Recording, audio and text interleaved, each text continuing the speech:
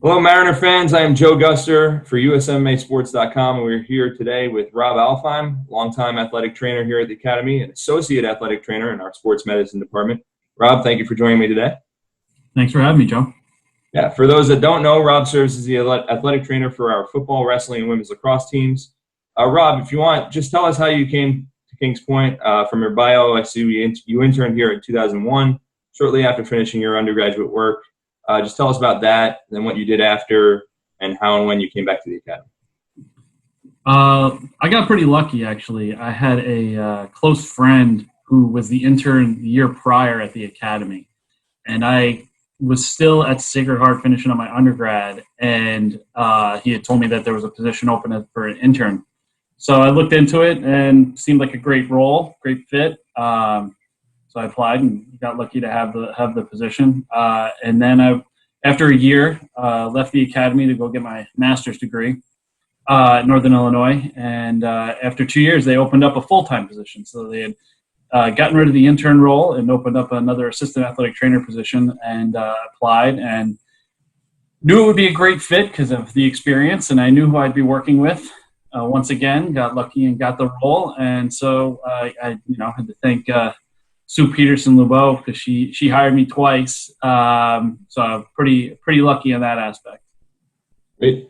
Now, for those that may be unfamiliar with the full scope of an athletic trainer's role, or they may just think you guys are there on the sidelines during the games when a player gets injured, could you talk us through your specific duties in regards to treating injuries and maintaining the health of our student athletes? Yeah, so athletic training is obviously we work with athletics for the most part. That's not isolated to that, but for our position at the Academy, it's mostly with the athletes, and it's injury prevention, and that can encompass things like prehab, so exercises to make sure they don't re-injure a previous old injury, or doing things like baseline concussion testing. And then we do examination of injuries, whether it's on the field or in the athletic training room. And then once there is an injury and it needs rehabilitation, if it's post-surgical, we'll do rehabilitation alongside John Kavanaugh, a physical therapist, athletic trainer at the Academy. And then we'll do, the non-surgical rehabilitation as well to try and do our best to get the athletes back ready for the field and get ready for sea. I know quite often with the Academy being such a different and unique place, it's not always trying to get them on the field. Sometimes it's trying to get them ready so they can go out to sea for their sea year. Yeah, it's definitely a unique situation here at the Academy. Those three teams in particular that you work with, they've seen considerable success in the past decade. Just talk about the excitement of being on the sidelines with those teams when they're winning bowl games or conference championships, competing at NCAA national championships. Obviously I love athletics. I've been obviously interested in it since I was very young. So the recent success of the teams has been outstanding. Football over the last, I would say, approximately 5 to 8 years has done quite well. And it's been a pleasure to be on the sideline with, obviously when they're having success. And then with wrestling, it seems that every year they seem to send at least one wrestler to nationals, which is always obviously their goal. And quite often, I'm watching those national matches on my phone while I'm actually 2 years ago walking around the Museum of Natural History trying to watch the wrestling match for Josh Glansman. Obviously being given a hard time by my wife, but you had to watch the match. And then women's lacrosse, obviously it's a new program, but and they struggled in the beginning, but it's been fun to be a part of as they've gone from, having trouble trying to almost field a team to win a game to now it's, pretty dominant throughout the conference and going to nationals for NCAAs for a couple of years in a row. So it's been a pleasure to be a part of those programs. Yeah, that's definitely been one of my favorite stories as well. That was a great turnaround from when they, started the program. Now, also, in addition to serving as athletic trainer, tell us about your other roles within the Department of Physical Education and Athletics. Any person who works within the department gets involved in multiple committees, and I've kind of got under the wing of Tom Gill, which has been a actually a good working relationship for me with learning about assessment and then getting involved with the General Education Committee, getting involved with the CAS committee, which is involved with the faculty forum, and any committees I can get involved in within our department. Recently, the Diversity and Inclusion Committee. So it's been a something that I feel like I get involved with whatever committee I find that kind of sparks an interest, and something where I feel like I can make a positive impact and contribute to the improvement of the academy.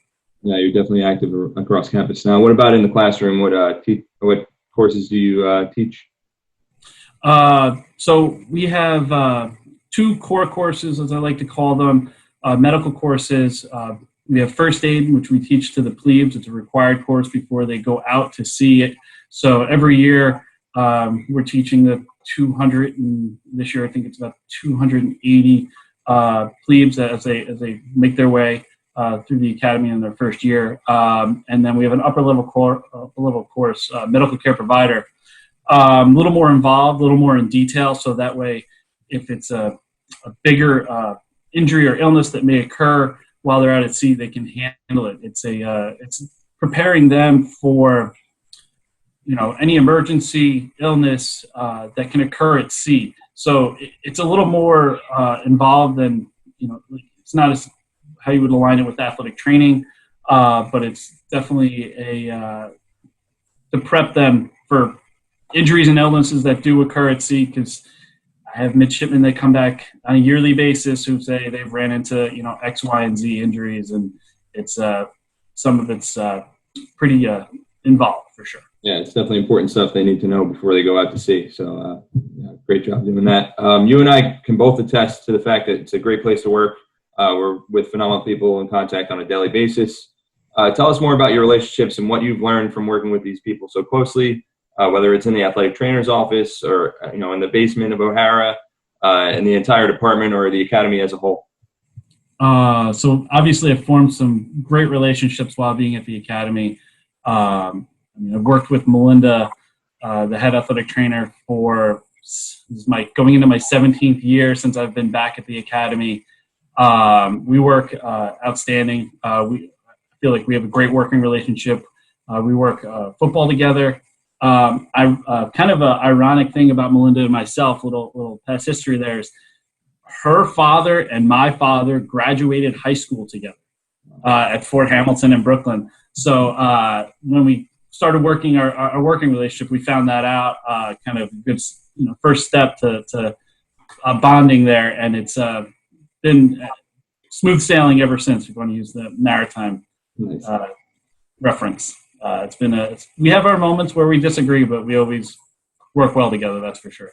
John Kavanaugh, our physical therapist, athletic trainer, he's been outstanding to work with. I always try to tell everyone I've learned more from John than I did through all my undergrad and graduate work. He's an outstanding asset to the academy. And then the 2 Dans, as we like to call them, down the athletic training room. I think we're on 8 to 9 years they've been there. And it's been a good working relationship. Obviously, we work in a close quarters, but I feel like we do a good job. And then within the department, so many coaches I've worked with for a long time, including I've roomed with them many years ago before getting married. So it's been a great time, great place to work, great people, definitely put the best interest of the midshipmen before themselves, and you can see that through the hours and the commitment that they put to the improvement of the academy. Great. And just talk about the midshipmen too. You're dealing with them on a daily basis at games and practices. What have you seen from them? They are a pleasure to work with. They might not like what I have to say to them sometimes, but they're the reason that I'm at the academy. I put in my 2 years at Northern Illinois, wanted to come back east, and the opportunity to get back to work with this midshipmen was just an easy decision. They are a pleasure to work with. You know what they're looking for upon graduation and during their time at the academy, and you just know that upon graduation they're going to do positive things in society. So it makes it easy to put the time and effort in to work with them. Yeah, definitely. What are some of the top, most memorable moments you've had at the academy? Oh, 17 years has been quite a few. Started off, anytime that any team beats Coast Guard, always a positive. Enjoy standing on the sideline whenever that can occur, and cheering them on. So we've had quite a bit of success with the wrestling program when they had large groups go to nationals. It was fun to watch them, especially when Dan Twito and Vinny Renat won the NCAA tournament. It was absolute pleasure to watch them put the Merchant Marine Academy, out there with some of the best in Division III wrestling, and then women's lacrosse succeeding, winning the Skyline, going to NCAA tournament, football going to the bowl games and having success there. A lot of fun watching them on the sideline, and then we had my year. I can't recall what year, but when President Bush spoke at the graduation, obviously that's the first time that we'd had a sitting president at the academy. Was just an amazing experience to have a sitting president come to the academy. It doesn't happen. Obviously, it was the only time that's ever happened. So that was a fun thing to be a part of. Nice, that's awesome. Some great memories there. Onto a personal side, personal note. Tell us about your family. So I'm married. I have 2 daughters. One's 4 and one is 9 months. So my wife's name's Mary. I've actually known her for pretty much our whole lives. We grew up very close to each other, only a few houses away. She was a childhood friend of my sister's. And then we've been married for 7 years now. And my oldest daughter is Alice. She is quite a fun child to be around. I brought her to campus a few times for football treatments or women's lacrosse practices or for wrestling practice. She loves being at the academy just to run around and to see the midshipmen. She I think she's a fan favorite on some of the teams just because she's got quite a personality. And then my youngest, Violet, is 9 months and just cruising around the house now, crawling, and going to have to make me put up baby gates in the near future. So we have a lot of fun in our house, and you can't beat it when I'm not at the academy. I'm doing my best to be here. So awesome. Yeah, I know you're a pretty active guy. You're out playing with other staff members during lunchtime hoops. Dominant in cornhole, I know that personally. 4-bagger once against us during our tournament. And you also dabble in golf a little as well. So tell us about some of your hobbies. The big hobby there is golf. That's if I'm not working, I'm not with the family. I'd love to be on the golf course every minute. I'm not doing that. Golf is my true passion. Actually, this summer we're supposed to travel to Scotland with a group of friends. Obviously, that fell apart. But next summer, already put it in the books. We're gonna go out next summer and get over there to play golf over there in the home of golf. So we'll see how that pans out over the near future. Lunchtime hoops, I'm just trying to keep myself in shape. Try to work out as often as I can while I'm on campus, and just keep myself healthy. And then lunchtime hoops is a way to break it up. You get healthy, and then you beat yourself down playing lunchtime hoops, and you end up with some kind of injury. It seems to be the case more often than not because everyone goes so hard. I've played at least a couple of times, and it's definitely sore after, and definitely guarding Kyle Semensky. He's probably one of the most agile, quickest ones. So. Right, Kyle seems to take it a little more serious than some others.